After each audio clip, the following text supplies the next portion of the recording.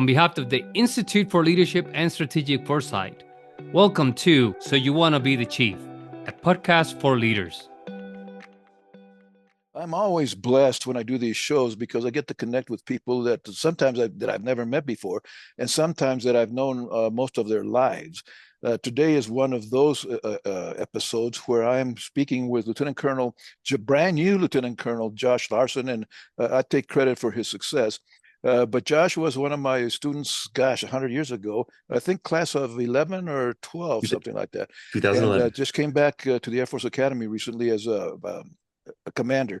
And I've known Josh for, well, like I said, when he got off I saw him literally get off the bus, crying, didn't want to stay, but we forced him, and now he's a great successful, and has been a great successful commander, leader. So good to see you, sir. And it always is a blessing to see you, even in the hallways at the academy or wherever I see you, because you remind me that maybe some of y'all did pick up a few things, and it wasn't always Chipotle. Yeah, thanks, Steve. Thank you so much for having me on the show. It's great to see you as well, and I've just so enjoyed getting to reconnect with you. Now being back at the academy, and your leadership and influence on the next generations, it just hasn't stopped. And so just grateful to be here. Thanks for the opportunity. Thank you. And I wanted to have you on the show, sir, specifically because you've been a commander out there in the real blue, big Air Force. That's right. And this is about chiefs. You know, the point is to help chiefs be better chiefs, more effective leaders. But sometimes, in fact, in the book, and I wrote actually I did write the book on being a chief. And in the first lesson is, you are not the boss. We as chiefs, we think once we get there, now we got the parking spot and all that kind of stuff. We're celebrities of sorts, but we're not. We have to practice humility, and we got to remember that even Second Lieutenant Josh Larson, when he walked in the door, was a Second Lieutenant Josh Larson who was in charge, outranked me as a 31-year chief or whatever. It didn't matter, because there's a way that we do this properly. And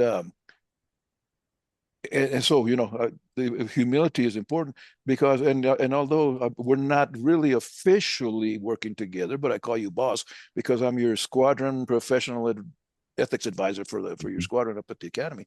But I feel that I'm going to do what a chief does for a commander, which is you.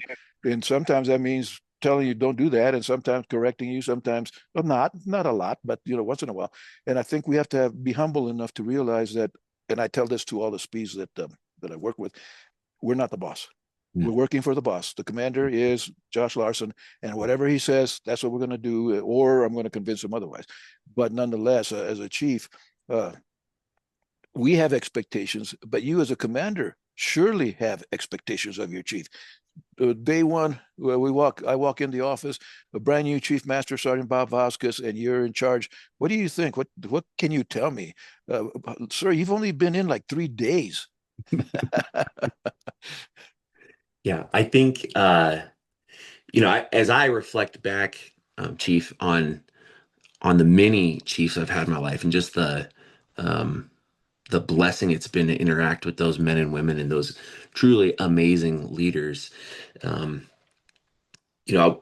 I think about the first interaction with the chief as a new commander, specifically to answer your question, right away, the relationship building has to start. I think there's no stronger connection, or there should be no stronger connection than the commander and his or her chief. And that connection needs to be built on mutual respect. And just like with any person that you meet, both people have to be putting effort into that relationship, and getting to know one another's strengths and one another's weaknesses. And of course, there's a rank hierarchy, but to me, in the ideal situation, that commander and that chief have amazing mutual respect for each other, and both are the leaders of the squadron. One is the commander, one has the legal authority, but the chief is the leader of a unit, and there's no question about that. And so finding ways to complement one another and to team together, where you are both leading that group, and I'll bring the first sergeant into that too. I think that really that tripod but that's where it starts. And so, I think back to working at the Ninth Comm Squadron. I started there in 2022, and there was a chief there named Matt Kramer, who is a dear friend and one of the most amazing airmen I've ever had the blessing to interact with. But we walk in the first day, and he's a chief, and he really knows business, and I'm a new commander full of motivation and know how I want things done. And there's a break-in period for sure. Um, and hopefully where you find yourself is that as you learn to trust one another's decision making, that relationship can really flourish and you can do great things together. So Yeah. It's, somewhere along the way, sir, and not everybody, but so many officers, when they take over, somehow they were taught to, what is it, make your own mark or something, leave your mm, own mark, mm, which, yeah, we all want to, but it should be in a different way than a lot of them do it, because, and I think well, I can speak for every enlisted person that's listening right now, that, oh, crap, here he comes. Here comes a new one. Now we're going to have to go change the colors of the buildings. Now we're going to do all of this stuff just because he doesn't like it, which sucks because we got a job to do. We got a mission that's going to continue, and back in my day, we used to commend people to a commander and person who takes over. Pay some attention first, observe a little bit to see mm. what we do, how we do it, and why we do it. There's that's the whole saying about bath water and things with throwing the baby out or whatever, because so many people say that the worst thing in an organization is when people think we've always done it that way. Mm, And I contend that it may not be bad if mm. we've done the work, assessed it. This is the way we do it because it's the best way to do it. You were calm, right? I am. Yes, chief. There are some processes, some systems in the common community that really, no kidding, work, and you should do them because, no kidding, they work. Now, maybe you tweak them in your command and in your squadron or your organization, but still, those are tried and true processes. Why throw them out just because you're the new guy? And the worst thing, and now I'm giving you advice, but the worst thing is to diss the previous guy. Come in and say, okay, now here I am. Now I'll fix it. Well, boss, it wasn't that bad before. And, we were just getting to this and blah, blah, blah. So, and I was taught that sometimes you got to go in and talk. In fact, one of my mentors, Chief Kowalny, said, if you want to be an effective chief, you have to be willing to get your butt chewed at least once a week. Mm. Got to go in and tell the boss he's being stupid or about to be stupid. And that's Sure. not, and I did it. And, it's not fun. But at That's the right. same time, I think your point is well taken, that it's got to be mutual. Yes, Second Lieutenant Josh Larson just walked in, but he's in charge. So and I've been in 30 years. I need to support him. And that's what I tell the enlisted people, support that lieutenant, because one day, you never know, General Larson, get a Mm. nice ring there, sir. Well, chief, I'll say this, it is interesting coming into a new organization. Um, I'd say, at least in my own experience, you are triaging based on your boss's priorities. And so, as you enter into a place, if there are things that the commander's commander, so the group or the wing commander, gives as direct, hey, I don't like the way this is going.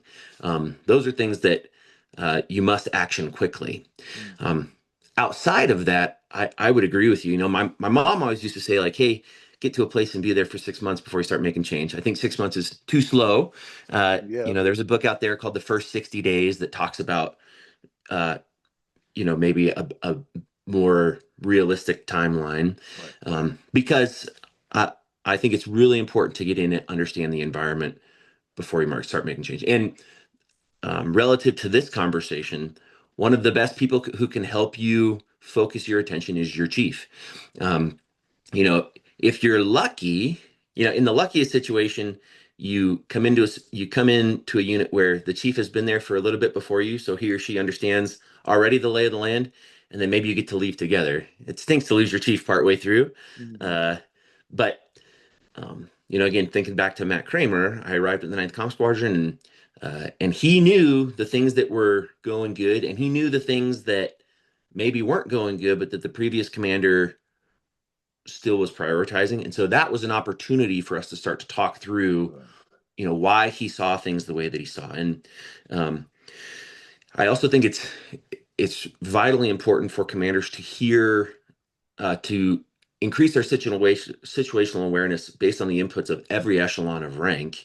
This is why things like commander's breakfast or commander's luncheons with a smattering of folks from across the unit of all various ranks and positions is so critical, because hearing the raw truth directly from the troops, unfiltered, if they're courageous enough to give it to you, Yeah. that can really help a person understand. And so there's an idea, it's an old military idea of a directed telescope, and these are people in key places throughout an organization who can give direct feedback to a commander, this unfiltered, unvarnished feedback. Yeah. And learning to identify who those people are and to trust and listen when they talk to you is critical. Yeah. I also, command is a lonely spot, because you are doing the very best that you can, and you hope that there's at least one or two people around you who are willing to speak truth to you all the time. And I know every time I get into a role, whoever my enlisted counterpart is, and my direct subordinates, part of my feedback is that they have an obligation to dissent, if they don't agree, right? There's an appropriate way to do that. In the Air Force, we talk about this: disagree once in private, once in public. Yeah. If we're still not there, come once in private, Right. and then, but that's so important. And as a leader, you have to have that humility and that wisdom to listen to what others say. And again, as long as you've built that trust with them, that they actually feel comfortable and actually know that you're going to listen, maybe that you're not going to ultimately go in the direction they're recommending, but that you at least collect all the inputs and are very thoughtful about your decision making. I think that's how you find great success as a team. Yeah. So. Well, and every senior officer that I ever worked for, sir, within the first few minutes of us meeting, because usually we didn't know each other. I was never hired by someone I worked for before. And within the first few minutes, that officer would always tell me, keep me from failing. Right. Don't let me fail. And every one of them, I think, was being honest with me, that they trusted me enough to tell them the truth, whether they liked it or not, which a lot of times that's what you need. You don't need the yes person, because then you're going to really screw up, because you're both going to be wrong. And the I don't know if you remember, I can't remember who was in charge of CCLD when you came through the academy, but Colonel Sanders, not the chicken guy. Colonel Sanders was he's still one of my favorite people, and his dad was a retired senior master sergeant. Yeah, he had served at the BMT, so he had a lot of enlisted experience behind him when it came to CCLD. And I remember I can see him in the hallways of Fairchild Hall, him telling me, Chief, the worst thing that can happen to a commander is when his chief stops talking to him. And then we went on and had a conversation, and I thought, that's right.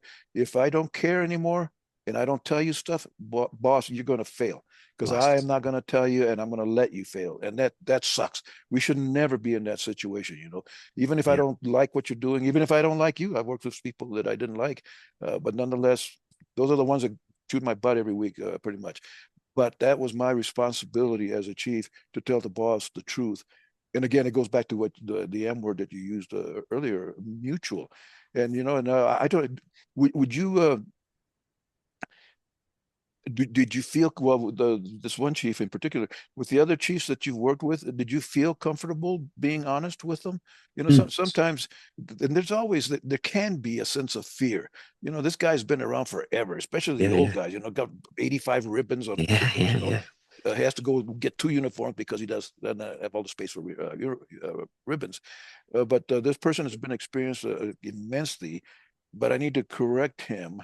And especially nowadays, boss, the atmosphere of we used to be able to say stuff, and it didn't make a big deal. It was no big deal. We took it with a grain of salt, or we laughed it off and all that.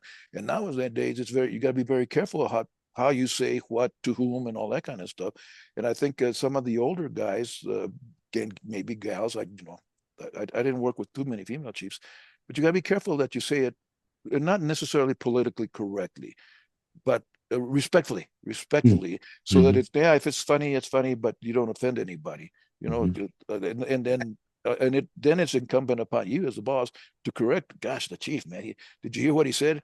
Yeah, but he was, that's a term that those guys used to use. Let's learn instead of get pissed off, if that makes any sense, because we live in a different world than I grew up. Sure. Well, I'll address that first, or that last part first. I think it's an important part of an important quality of any leader, whether it's a chief or a commander or any person at echelon, that if they make a mistake, even with the things that they say, that they own it and come back and apologize and press forward. Having the courage to own, hey, I misspoke, or I maybe did something that wasn't in line with our values. I'm bringing it forward to the group that I made that mistake to or in front of. I'm addressing it, and we're moving. I think back, I had a wrestling coach in high school, a guy named Dave Nickel, who's still I still consider him one of the most impactful men in my life. And he had a high standard for our team, and expected us to act a certain way. And he lived that standard all the time. But one time at a match, I saw him act the opposite of what our team's values were. And the very next day, he brought the whole team together and, publicly admitted he was wrong and apologized and asked for forgiveness. And that locked into my brain of, no one is infallible, not even our leaders. It's how they react to making a mistake that makes all the difference. And so now going back to what you asked first, I do think as a young officer, at least for me, I'm just speaking for myself, I had to figure out what those interactions with chiefs was supposed to be like, because it's, of course, obviously true that there's a rank difference, but understanding for a young officer that a chief holds, you might outrank them, but a chief certainly holds positional authority over you. That is something that is critical for young officers to learn. And that's true as you get older too, right? A group chief has positional authority over a squadron level, and a command chief certainly, their battle buddy is the highest ranking person around. And just like there's no one closer with him that I trust more than my chief at my echelon, the same is hopefully true for my boss and my boss's boss. And so being cognizant of that is critically important. And again, as a young officer, you hope that there is this mutual respect between the officer and the chief. Our senior NCOs all senior NCOs, Little Brown Book, are expected to help grow and develop our CGO Corps. And chiefs hold that responsibility as much as anybody else. And so, I think I've only maybe had one bad chief in my time. And so I've been very fortunate. Otherwise it's been people who, when I'm struggling with something or trying to understand something, that I can go into that chief's office and close the door and we can just talk about it as adults as to why I'm thinking what I'm thinking, what I'm frustrating with, and they can do the same with me. So it's also interesting. Like I think, say, sir, that's mutual. Yeah. Having had those conversations a few times, it's mutual that you're right. Neither of us is infallible. We're going to do the best we can with what we got. Sometimes that's not good enough, it's just the way it is. But I'm willing to listen to you. I'm willing to guide you if I need to. But in the end, I think, and again, this is the way I was brought up as a chief. At the end, whatever the boss says, that's what we're going to do. Oops. And the worst thing, please jump in as you like. The worst thing is to go out there and tell the airman, "Hey, I don't agree with this, but we're going to do it." That you just shot yourself in the foot. You just shot the boss. You just shot everything, because the airmen are going to say, well, if the chief really doesn't support it, then I'm not going to support it. And then we're all going to sink. So for those young chiefs, especially inexperienced chiefs who are listening right now, yes, feel free. You feel compelled to walk in, close the door professionally, and talk it out with the boss, professionally. But when you walk out that office, the boss is the boss. And again, that's lesson number one. You are not the boss. You are the number two guy, person, and that should be okay. So, but and I tell you what, sir, and I've had some really great relationships with my former senior leaders, and and like you said, you still have those relationships. You still talk to each other once in a while, sending Christmas cards and all that kind of stuff. Yeah. And that's a great, and in those cases, at least in my times with those particular leaders, I would today, right now, die for them. Someone called, one of my General Velger was, I love him dearly. And if he called me and said, Chief, I need a kidney, you got one. Of course, at my age, nobody wants my kidneys. You'd be peeing every 5 minutes all night long. So let's cut that out. But, you'll understand one day. So give it about 50 years. Thanks, Chief. Well, I mean, I think what you said is right, that when the relationship works the way it's intended to, there's perhaps no stronger bond between coworkers, between brothers and sisters in arms, as that is a commander and his or her chief. So I also think, I'm sorry, I'm looking at my notes off screen here, but the power of a chief is also something that we just can't overlook. And I mean that in a few ways. Again, there's so many times where, a commander will want to move forward with something either at the unit level or something that affects the base, and gaining the buy-in and the advocacy of that chief makes or breaks how the execution of that goes.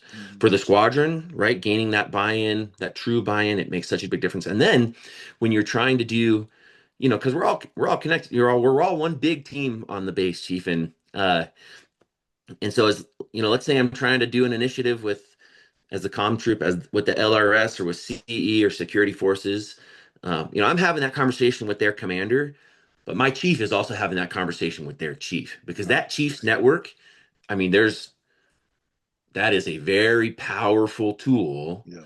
And that's a way that a chief can really support his or her commander, is by being actively involved. Those relationships across chiefs, across that base, that's where a lot of really important work gets done. Yeah. And so if a person's a chief, I think they need to be involved in that. And if a person's a commander, they need to understand that resource that they have available to them and be leveraging that as much as possible. Yep. So, yeah. And I think the key, as I said before, sir, and I think we agreed, was that keep the boss informed, sure. Good or bad. There's nothing worse than getting, for the commander to get that call from the wing commander saying, do you know this is happening? And you go, abri is not a good response. The answer is, yes, sir, we know. Yes, ma'am, we know. And we're working will be fixed in 3 days, whatever. And okay, got it. Because that's just the teamwork that we should be striving for. Yeah. Well, sir, thank you so much for taking the time to be on this show. And now, are you almost done at the academy? Are you moving on soon, or do you have any idea? Chief, I still, Lord willing, have about 18 months left at the academy, and then we'll see what the Air Force has next for us. So, well, yeah, and as a lieutenant colonel, they'll probably put you in at a squadron level command, I assume. You never can tell what's in the tea leaves. I'll make some phone calls, sir. I know a couple of airmen, those two stripers. They're the ones that work the assignments anyway. What do you want to send this guy? Chief, send him over. Yeah, okay, whatever. So keep me happy. Remember that you still owe me Chick-fil-A. Yes, just Chief. Remember, sir, that's all I ask for Christmas, is that you take me to Chick-fil-A. Yes, Chief. God bless you, sir. And thank you again, and best of luck in everything. Thank you so much. Thanks. It's a pleasure to be speaking with you today. Thanks, Chief. Thank you for listening. We hope that you've gained something from this episode that will empower you to become a more effective leader. If you'd like to connect with us, please do so via our website at leadershipandforesight.org. The book So You Want to Be the Chief is available on Amazon.com and on Apple Books. This podcast is powered by the Institute for Leadership and Strategic Foresight.